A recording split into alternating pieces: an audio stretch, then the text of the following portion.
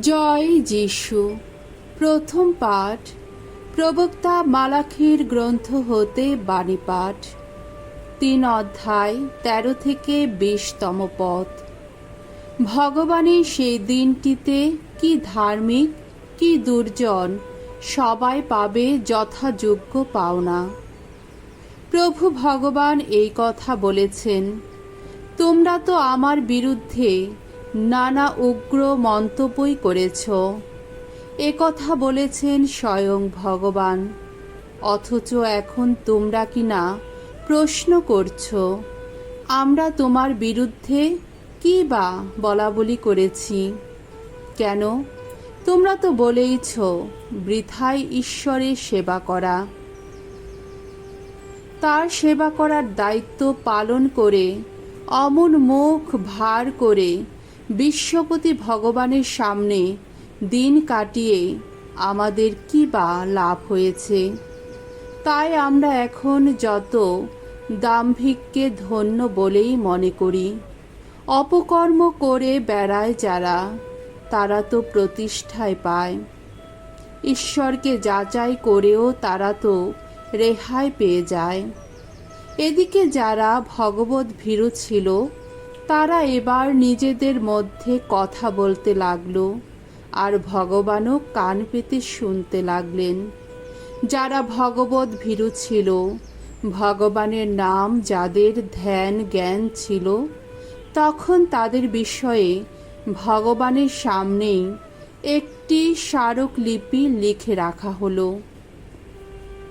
বিশ্বপতি ভগবান এই কথা বলছেন, যা করবার যেদিন আমি তা করব, সেই দিনটিতে তারা তো একান্ত আমারই হয়ে উঠবে। আমি তখন তাদের প্রতি সদয় হব। মানুষ যেমন তার সেবায় নিষ্ঠাবান পুত্রের ভুল দয়ার চোখেই দেখে, তখন তোমরা আবার বুঝতেই পারবে ধার্মিক আর দুর্জনের মধ্যে ঈশ্বরের যে সেবা করে আর যে করে না, তাদেরই মধ্যে তফাৎটা কোথায়। কেননা ওই তো আসছে সেই দিনটি, অগ্নিকুণ্ডের মতো গনগনে সেই দিনটি। তখন যত দাম্ভিক আর যত অপকর্মা, তাদের সকলেরই দশা হবে যেন খড়কুটোরই মতো। ওই যে দিনটি আসছে, সেই দিনটি তাদের জ্বালিয়ে পুড়িয়ে ছারখার করে ফেলবে। না রাখবে তাদের শিকড়, না রাখবে কোনো ডালপালা। এ কথা বলছেন স্বয়ং বিশ্বপতি ভগবান। কিন্তু তোমরা যারা আমার নাম সম্ভ্রম করো, তোমাদের জন্যে তখন উদিত হবে ত্রাতা সূর্য নিরাময়ের আলোক শক্তি নিয়ে। প্রভুর বাণী।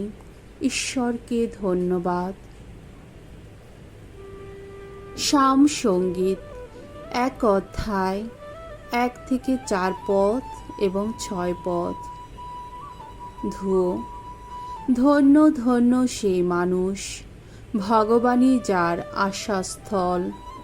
ধন্য সেই মানুষ, দুর্জনের মন্ত্রণায় যে চলে না, পাপীর পথে যে পা বাড়ায় না, বসে না বিদ্রূপ স্বভাবে মানুষের সভায়।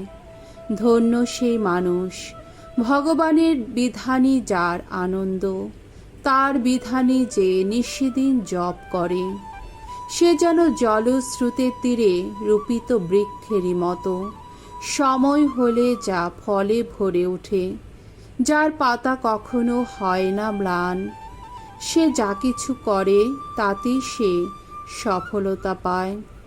দুর্জনেরা কিন্তু তেমন নয়, না তেমন নয়। তারা যেন বাতাসে তাড়িত তুষ। ধার্মিকের পথের দিকে ভগবান সজাগ দৃষ্টি রাখেন। দুর্জনের পথ কিন্তু বিনাশের পথ। বাণী বন্দনা। জয় জয় প্রভুর জয়। হে পিতা, উন্মুক্ত করো আমাদের হৃদয়, তোমার পুত্রের বাণী শুনি যেন মন প্রাণ দিয়ে। জয় জয় প্রভুর জয়। মঙ্গল সমাচার, লোক রচিত মঙ্গল সমাচার 11 অধ্যায় 5 থেকে 13তম পদ। তোমরা চাও তোমাদের দেওয়া হবে।